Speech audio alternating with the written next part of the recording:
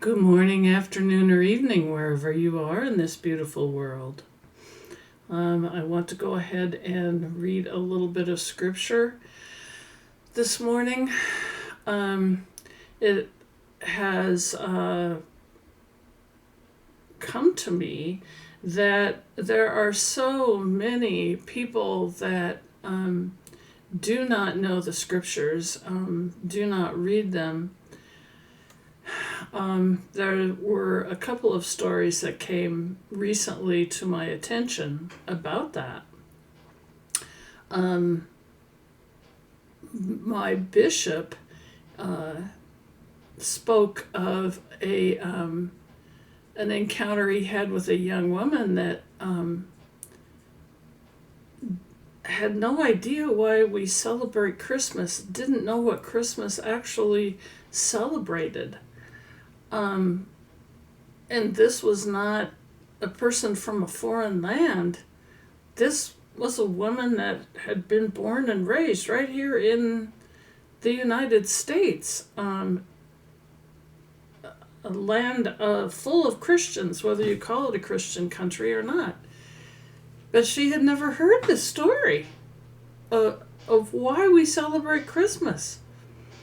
And another story that I ran into, a Jewish scholar was on an airplane and started speaking to the young woman next to him, and she spoke of coming to Christ and attending a church, and was really happy about that this particular church didn't dwell on boring Bible stuff, but about stuff about life. And he started asking her what she knew about what Jesus taught, Yeshua taught, this Jewish scholar. And she had no idea. This Jewish scholar was sitting there in this airplane telling this young Christian woman what Jesus taught. So we need to be very cognizant that there are a lot of people that do not know the gospel. They have no idea what's in the Bible. Now, the Bible can be confusing. It was, after all, written several thousand years ago in a different language, in a different culture, and we forget that. So we run into stories that are confusing or odd.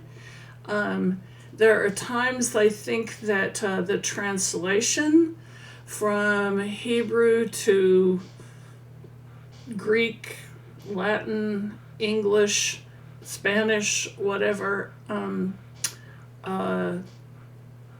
does not convey the entire story of what the scripture is trying to say, because translation is quite the art. One language does not necessarily completely correspond with another. So if there are passages that don't seem to make sense or are confusing, what I told my grandson is, don't give up. Just remember, it was written in a completely different language, in a completely different culture, and it has meaning, but we may have to dig for quite a while to know what it means. And to pray about that and ask for clarification, and it will come after time. So I will just read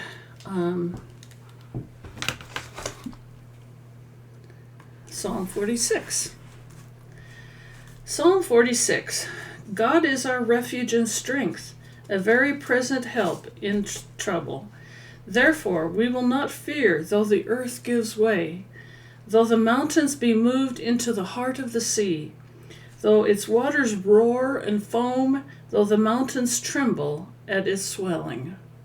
There is a river whose streams make glad the city of God, the holy habitation of the Most High. God is in her midst. She shall not be moved.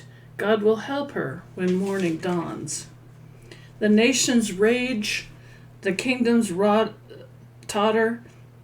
He utters his voice, the earth melts. The Lord of hosts is with us. The God of Jacob is our fortress. Come, behold the works of the Lord, how he has brought desolations on the earth. He makes wars cease to the ends of the earth. He breaks the bow and shatters the spear. He burns the chariots with fire. Be still and know that I am God. I will be exalted among the nations. I will be exalted in the earth.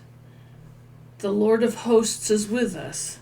The God of Jacob is our fortress. I hope you have a good morning, afternoon, or evening, wherever you are in this beautiful world.